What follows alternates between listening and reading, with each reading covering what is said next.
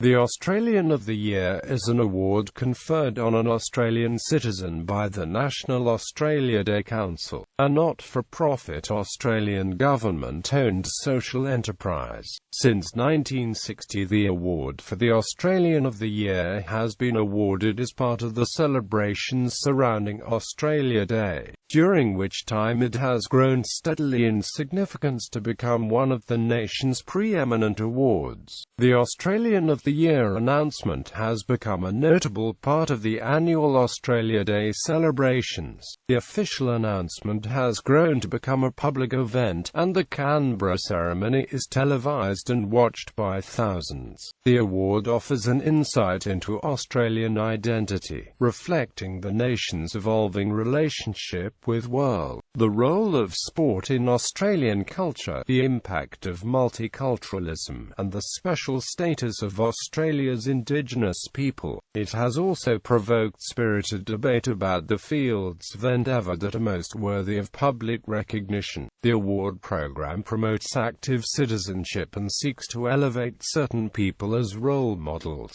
3 companion awards have been introduced recognizing both young and senior Australians, and proclaiming the efforts of those who work at a grassroots level through the Australia's Local Hero Award. The Australian of the Year award receives substantial sponsorship from private companies, including a relationship in excess of 30 years with the Commonwealth Bank of Australia. The close relationship with the Australian government ensures that the award's profile and reputation is significantly enhanced. Awards history. 1960s. During the 1960s, a network of state-based organisations worked hard to increase the profile of Australia Day. The most active and best resourced of these was the Victorian Australia Day Council, which had grown out of the Australian Natives Association. In January 1960, the council's chairman, the unabashed patriot Sir Norman Martin, announced the introduction of a new annual award for the Australian of the Year. He explained that Australia Day was a fitting occasion on which to give proper recognition to a leading citizen, whose contribution to the nation's culture, economy, sciences or arts was particularly outstanding. For the first 2 decades, the Australian of the Year was chosen by a panel of 5, which included the Victorian Premier, the Anglican Archbishop of Melbourne, the Vice-Chancellor of Melbourne University, the Lord Mayor of Melbourne and the President of the National Council for Women. Although the panel was certainly distinguished, it would in time become too closely associated with Melbourne to be appropriate for a national award. The panel's first choice of Nobel Prize-winning immunologist Sir Macfarlane Burnet gained general approval. The editors of The Age proclaimed the new honour was symptomatic of Australia's growing confidence as a nation. "We are beginning to count for something in the world, and we should be intensely proud of this fact." International achievement remained a key criterion during the award's first decade. Several sporting heroes were honoured, from America's Cup skipper Jock Sturrock and swimmer Dawn Fraser, to world champion motor racer Sir Jack Brabham and boxer Lionel Rose. The pioneering neurologist Sir John Eccles followed Burnet's example, becoming the second of 5 Australians to take out the Nobel Prize. Australian of the Year double achievers in the artistic realm were also well represented, including opera singer Joan Sutherland, renowned dancer and choreographer Robert Helpman, and the 4 members of the chart-topping singing group The Seekers, Judith Durham, Athol Guy, Keith Potger and Bruce Woodley. The focus on international achievement reflected the philosophy of the award organisers, who described the Australian of the Year as the person who has brought the greatest honour to Australia in the year under review.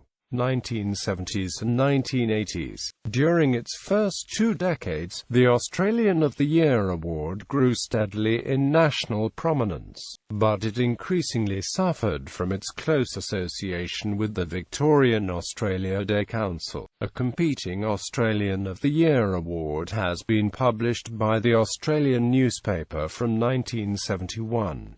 In 1975, the newly formed Canberra Australia Day Council also began to name a rival Australian of the Year. The Canberra Council was run by a vibrant group of Canberrans, who pursued a more progressive agenda than the Victorian counterparts. In particular, the Canberra Council was sympathetic to the emerging Republican movement, while the Victorian Council was staunchly committed to constitutional ties with Britain. The Victorian Council also battled a common perception that it was an exclusive organisation that represented the Melbourne establishment. Australia's turbulent political climate nourished this division, and the Australian of the Year award was embroiled in a wider debate about Australian nationalism. Between 1975 and 1979, the Canberra Australia Day Council named 4 Australians of the Year. Prime Minister Gough Whitlam lent his support to the Canberra Award when he presented the inaugural honour to Major General Alan Stretton, the commander of the emergency response to Cyclone Tracy. The Canberra Council also made good use of the federal parliamentary press boxes to promote its award to the national media. The Victorian Council was singularly unimpressed that a rival Australia Day organisation had copied its idea. In 1977 it described its own winner, Dame Ray Rowe, as the real Australian of the Year. The impasse was only resolved when the Fraser government created the National Australia Day Council in 1979.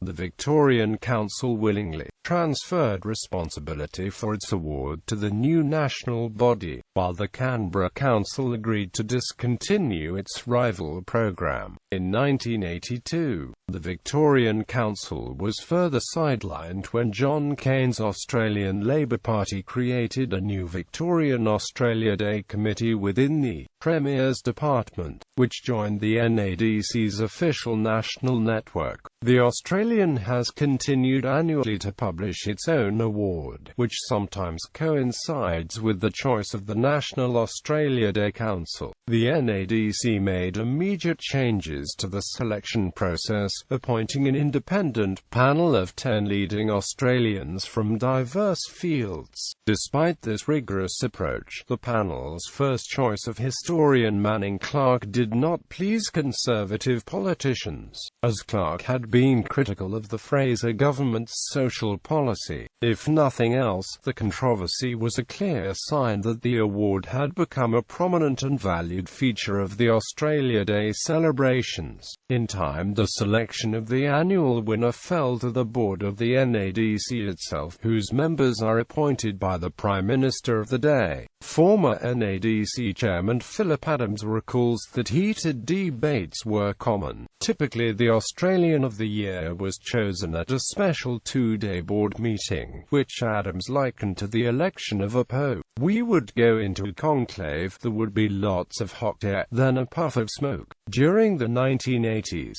there was an expectation that corporate sponsorship would replace government funding and that the NADC would become self-sufficient. The list of former Australians of the Year provides circumstantial evidence of this shift towards a more popular imperative. Economists Sir John Crawford and Judge Sir Edward Williams thoroughly deserved their awards, but were perhaps not well placed to promote the importance of Australia Day to mainstream Australia, or to secure corporate sponsorship for the NADC. Subsequent winners included marathon runner Robert de Castella, comedian Paul Hogan, singer John Farnham and cricketer Alan Border, who were far more likely to attract public attention. In 1988, the Sydney Morning Herald editors expressed concern at this development. One worrying trend with the award is its attachment to ratings. This year's candidates appear to have been people who held high public profiles, yet the steadily rising numbers of nominations indicated that the award was capturing the public imagination. 1990s. During the 1990s, the Australian of the Year award intersected noticeably with the politics of national identity. In its attempt to encourage unified national celebrations, the NADC was a strong promoter of both multiculturalism and reconciliation. The council was also linked to the growing Republican movement and the campaign to change the national flag. Australians of the Year in this period included Yothu Yindi, lead singer and prominent Aboriginal identity man Orwi Yunipingu, environmentalist and Republican Ian Kiernan, and Chinese-Australian pediatrician John Yu. Yunipingu's award continued a strong tradition of honouring Indigenous Australians. The first Aboriginal winner was boxer Lionel Rose, who quipped, "182 years ago one of my mob would have been a dead cert for this." Since then a further 7 Indigenous people have been named Australian of the Year for achievements in sport, music, politics, law, public service and academia. Many have played a role in Indigenous advocacy and some have raised concerns about the celebration of Australia Day on the 26th of January, most notably the 1985 recipient Loija O'Donoghue. No award was given in 1993. 2000s onwards, debates about the Australian of the Year award often revolve around the relative balance between sport, science and the arts. 14 winners have excelled in sports as diverse as cricket, swimming, athletics, sailing, tennis, boxing and motor racing. A recurring criticism that sport features too regularly peaked in 2004, when Steve Waugh was the 4th sporting winner in 7 years and the 3rd Test cricket captain to be honoured. Despite the perception of an over-emphasis on sport, the list of past winners reveals a strong endorsement for scientific achievement. By 2009, 13 Australian scientists have received the honour, including a remarkable 10 from the medical sciences. A long-term view also reveals that Australia's talented artists have not been neglected. 10 winners have excelled in creative pursuits, including 6 musicians, a dancer, a painter, a comedian and a Nobel Prize-winning novelist. Many Australians of the Year do not fit neatly into categories such as sport, science and the arts. Philip Adams once described the past winners as an eclectic collection of people who reflect the diversity of achievement in this country. Australians of the Year have also excelled in public administration, the military, social and community work, business enterprise, academia, religious leadership and philanthropy.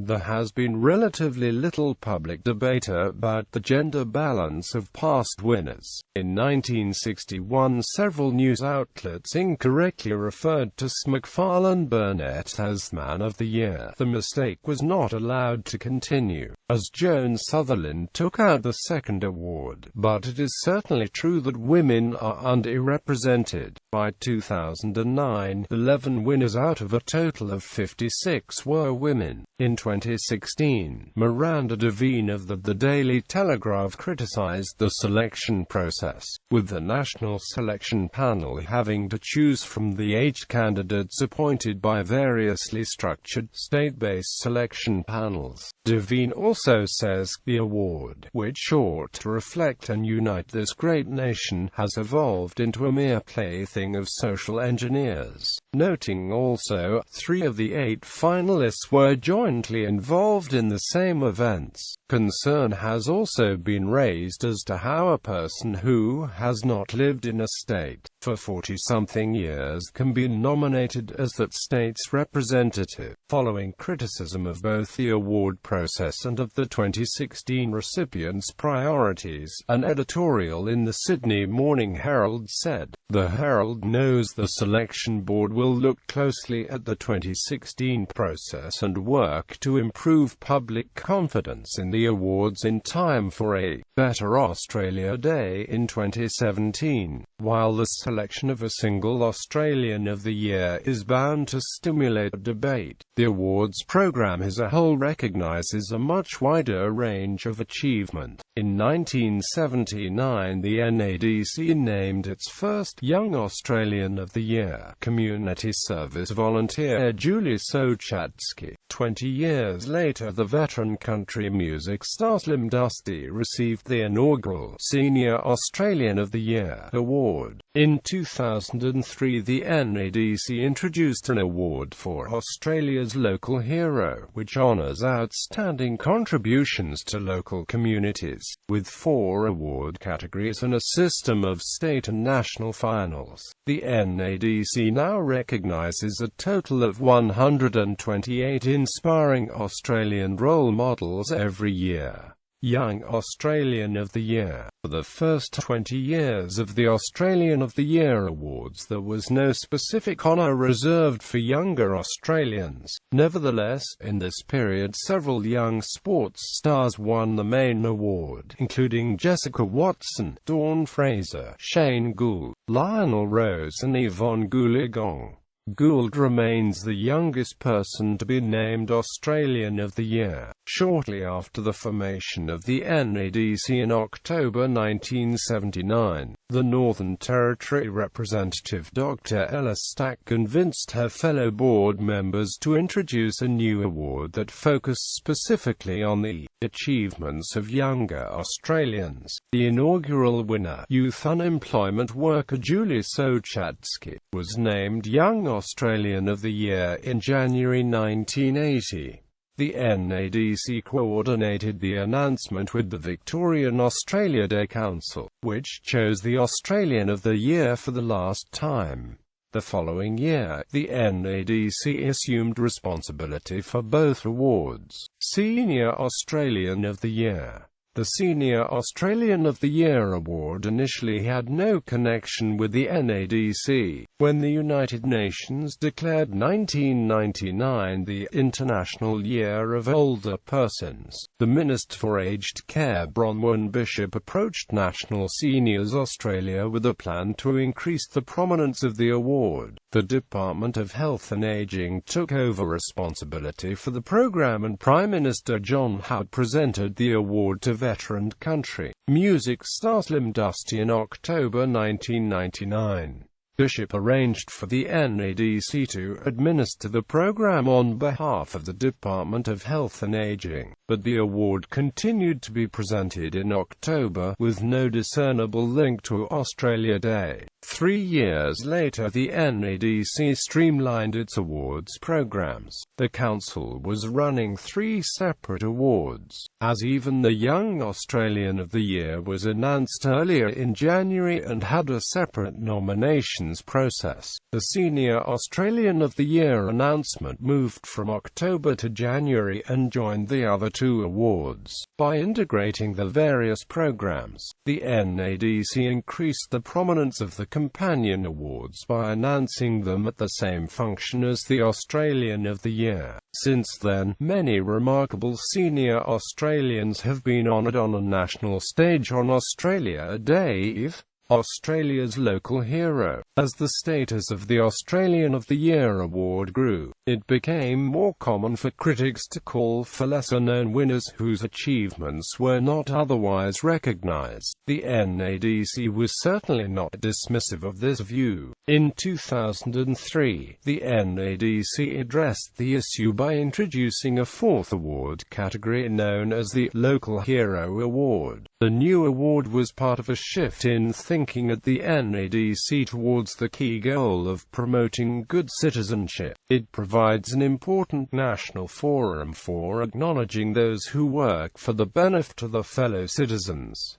Choosing the winners. Unsurprisingly, the process of choosing the Australian of the Year has evolved considerably over half a century, including both the makeup of the selection committee and the system of nominations. In the 1960s, Sir Norman Martin usually insisted that the decision of the small Victorian selection committee was unanimous. If this is true, then it is in stark contrast to the selection process in the 1960s. 1990s, when Philip Adams recalls that heated debates were common. In 1980, the NADC had formed an independent panel to decide the award, but eventually the selection fell to the NADC board itself. Typically, the matter was considered at a special two-day board meeting, which Adams likened to the election of a new pope. "We would go into a conclave, there would be lots of hot air, then a puff of smoke." The most significant change in the selection procedure has been expansion of the nomination process.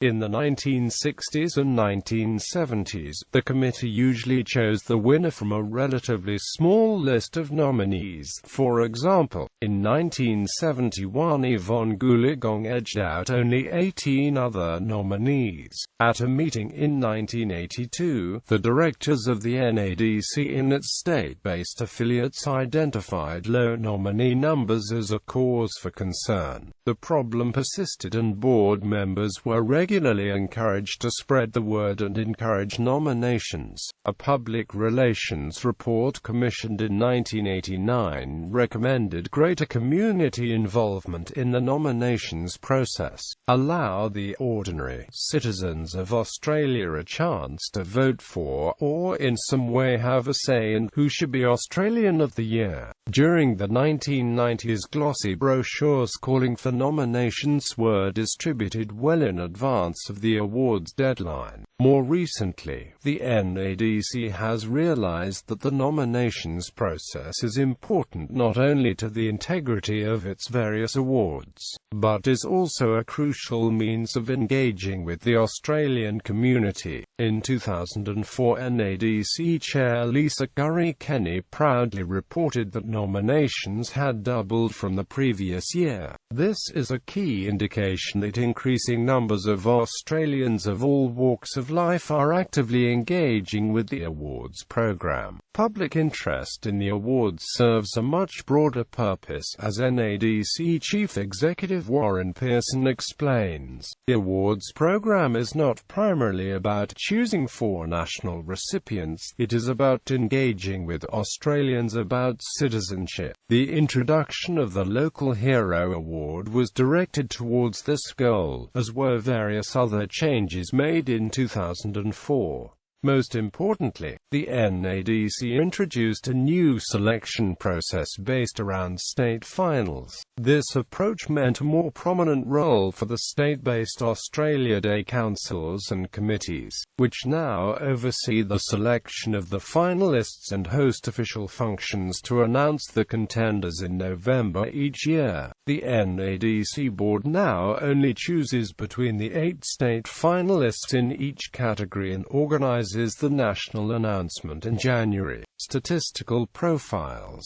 These summary data were compiled from the list of Australian of the Year award recipients. Award by category, award by gender, contemporary governance. The National Australia Day Council has administered the Australian of the Year awards program since 1979, when it inherited the responsibility from Victoria's Australia Day Council. The NADC's mission statement demonstrates how the awards program fits its wider purpose.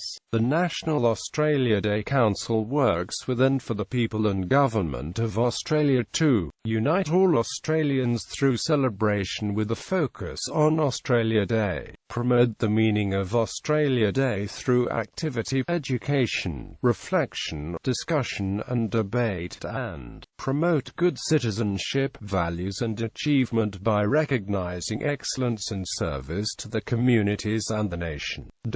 The third of these aims is predominantly addressed through the Australian of the Year Awards, which offer a high-profile moment for the celebration of outstanding achievement. The awards greatly assist the NADC in its central task, which is aptly summarised by its Chief Executive Warren Pearson. On the 26th of January each year, the National Australia Day Council encourages Australians to celebrate what's great about about Australia and being Australian. The Australian of the Year awards have certainly attracted controversy and criticism, but in doing so they have advanced national conversation. They have encouraged citizens of this country to consider, who are the Australians who make us proud? Selection criteria. There has also been a significant shift in the criteria for the Australian of the Year award in 50 years. Initially the focus was on awarding the person who had brought the greatest honour to Australia. This emphasis on international acclaim was gradually relaxed and Australian-based achievement was recognised more often from the 1970s onwards. The official criteria have usually been suitably broad in the scope. Such changes in approach are largely attributable to the membership of the NADC board and the political climate of the time. In the mid-1980s there was a notable shift towards high-profile winners, while in the 1990s some of those honoured reflected the prominent political issues of republicanism and reconciliation. Currently, the selection committees refer to three main criteria when considering nominees: demonstrated excellence in the field, significant contribution to the Australian community and nation, and an inspirational role model for the Australian community. The third of these criteria supports the NADC's key goal of encouraging good citizenship. Announcements. During the 1960s and 1970s, the Australian of the Year award was presented at Melbourne's Australia Day luncheon, which was held in either the Town Hall or the Royal Ballroom. The winner was usually announced about 2 weeks earlier at a function that provided an opportunity to promote the upcoming Australia Day celebrations. This event was a public relations exercise that attempted to capture the imagination of the media and the nation. But in 1966 a journalist from The Age did not follow the script, preferring to poke fun at the stage-managed event. The patriotic tension in the boardroom on the 8th floor of the Australian Natives Association building in Elizabeth Street yesterday morning was being stretched to breaking point. From four corners of the room hung Australian flags. At the head of the long boardroom table sat Sir Norman Martin, chairman of the Australia Day Council. There had been intense speculation earlier as to what the special uniformed messenger would be wearing when he arrived bearing a sealed envelope containing the Australian of the Year decision. He was made to walk from the lift door to Sir Norman twice to satisfy other television cameramen until, rather thankfully, he at last handed the envelope over. It was somehow an anticlimax when Sir Norman demanded, "Do you bear a message from the Premier?" "Yes," said the messenger meekly, and as Sir Norman announced the winner to be Robert Helpman, a shower of prepared press releases announcing the same thing landed gently on the table in front of the waiting pressmen. Since the 1960s, the annual announcement has become progressively more sophisticated. After the NADC took over in 1980, it usually presented the award at an Australia Day concert, which moved around the nation and was often televised. In the 1990s, an Australia Day breakfast at Admiralty House in Sydney was the usual venue for the announcement. But more recently the concert has been revived and is held in the national capital. A highly memorable Australian of the Year function occurred in 1994, when the guest of honour was His Royal Highness Charles, Prince of Wales. The Australian of the Year, environmentalist Ian Kiernan, sat on the stage after receiving his award, when a gunshot was heard and an assailant rushed toward Prince Charles. Kiernan jumped to his feet and wrestled the intruder to the ground with the assistance of New South Wales Premier John Fay. Kiernan later recalled, "The Premier and I lay on the stage, panting as the adrenaline began to flow, and wondering what to do next. As it turned out, the man was armed only with a toy cap pistol, but the incident was a serious security breach and somewhat upstaged Kiernan's award." Since 2004, the award presentation has been held on Australia Day Eve in Canberra. The 32 finalists enjoy an eventful day, including morning tea with the Prime Minister at the Lodge, and lunch with the Governor-General at Yarralumla. The winners are announced on a specially erected stage in front of Parliament House, witnessed by a crowd of thousands and a national television audience. Specially produced video packages describe the winners in each of the 4 categories. The scale of the event displays a marked contrast to Sir Norman Martin's modest press conferences of the 1960s.